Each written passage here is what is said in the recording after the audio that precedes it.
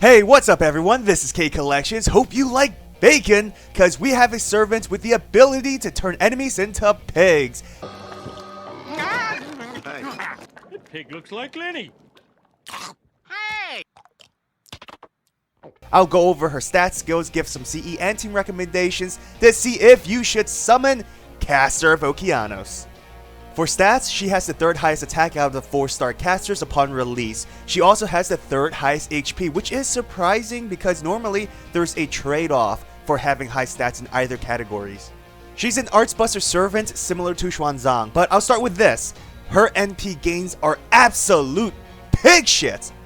All her NP gaining multipliers are below average. If you perform an Arts Brave chain, she will generate about 23%. Now, that's without the 20% bonus from the Arts chain. If you include that, it'll be 43%. But this is to demonstrate how low her gains are from attacks. You're looking at 5 to 8% per attack, even with an Arts First card bonus, which means you're basically relying on Arts chains for NP gains. Star gens aren't great either, averaging about 10 stars or so with the chain you see on the screen.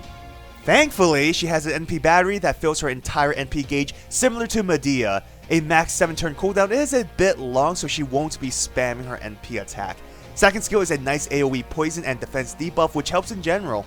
Her 3rd skill is meant for debuff cleansing. The star gen buffs will help certain servants, specifically Arts star generators who attacks, but there's not a whole lot of them, so servants like Lancelot who generate stars with skills or Anderson, they don't really benefit from this as much. She's not a star generator herself as compared to, let's say, Caster Gilgamesh, so the effects kind of feel out of place. They should have given an NP gaining effect instead. Prioritize her 1st skill until it's level 8. There's really no need to max this out. What you're looking for is that 100% instant charge. Afterwards, focus on her 2nd skill. The poison and defense down are very helpful. Then max her 3rd skill. Afterwards, finish 1st. Her Noble Phantasm is a buster single target that turns him into bacon. This is equivalent to a stun. Now, I don't know the list of enemies this works on, but from what I've read, most humanoid enemies are affected. Some guy said Ishtar wasn't affected when he tried, but I don't know if that's true or not. But large enemies like demon pillars, beasts are not affected.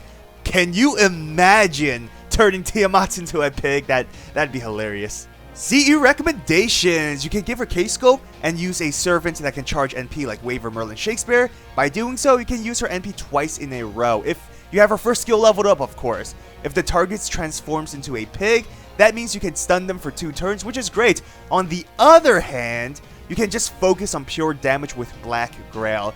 Increase her NP strength since Caster can turn 1 NP. You can also use Craft Essence that increases Arts and Buster since it's most consistent with her attacks.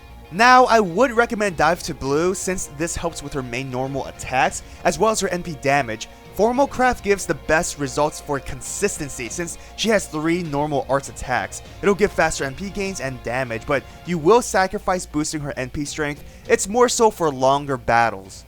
For team recommendations, Merlin obviously, he's a buster support with an Arts focused deck, giving you lots of synergy. You'll also use her specifically against assassins, so his caster class will help a lot. You can use Shakespeare if you're a free-to-play player, basically the same role as Merlin. Now, if you want NP spam ability, Waver's the guy. Both share Arts deck and both have insanely high NP battery skills. Caster Gilgamesh benefits from her Star Gen skill. He can also provide the team with stars as well. Just have an Arts crit damage dealer like Lancelot or someone to take advantage of the stars. A neat little trick is to have Robin Hood with her. He can spam his NP quite often, but his poison skill won't always be in effect, making her 2nd skill great for him. If you also have Caster Gilgamesh, then Robin Hood will absorb most of the stars since he has a higher star weight compared to the other 2 servants. So, my final thoughts on Caster of Okeanos. She has some nice utility. An active skill that removes all allies' debuffs is amazing and very few servants have this. Poison and defense down, which is on a 2-turn downtime, makes the debuffs consistent. And a 100% NP battery offers a lot of CE flexibility. And if it's the right target, it's basically an automatic stun whenever you want thanks to her NP and her 1st skill. The problem is that her NP gains are horrible, to the point where unless you perform lots of Arts chains, she won't fire off another NP attack without skills. her damage output is also not the best, and thanks to her class damage modifier, you'll typically use her against assassins only. Her skills aside from the first doesn't help her weakness either. There's no increased NP gains, no attack buffs, which would be helpful, but you can use the defense debuff as an argument, and no survivability whatsoever. After using her NP attack, she's just going to sit there till you can use her NP attack again, which is a slow process. Of course, there's ways to fast NP charge, but are you going to sacrifice Saint Quartz and money for a servant that needs you to go above and beyond just to make them effective in battle? I think not. But then again, that's just me. But be honest, would you really go above and beyond? Nah, not really. It's a skip for me. She offers some benefits, but not a servant you should deliberately go for. Unless she's waifu to you, then by all means go full whale mode.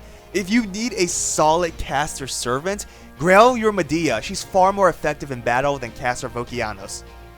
So, who's your go-to offensive servant to use against assassin bosses? No Merlins or waivers, offensive servants. Mine would be Medea. I still lack a solid single target caster, but Melt would be another choice for me, though she does lack resist damage, but who's yours?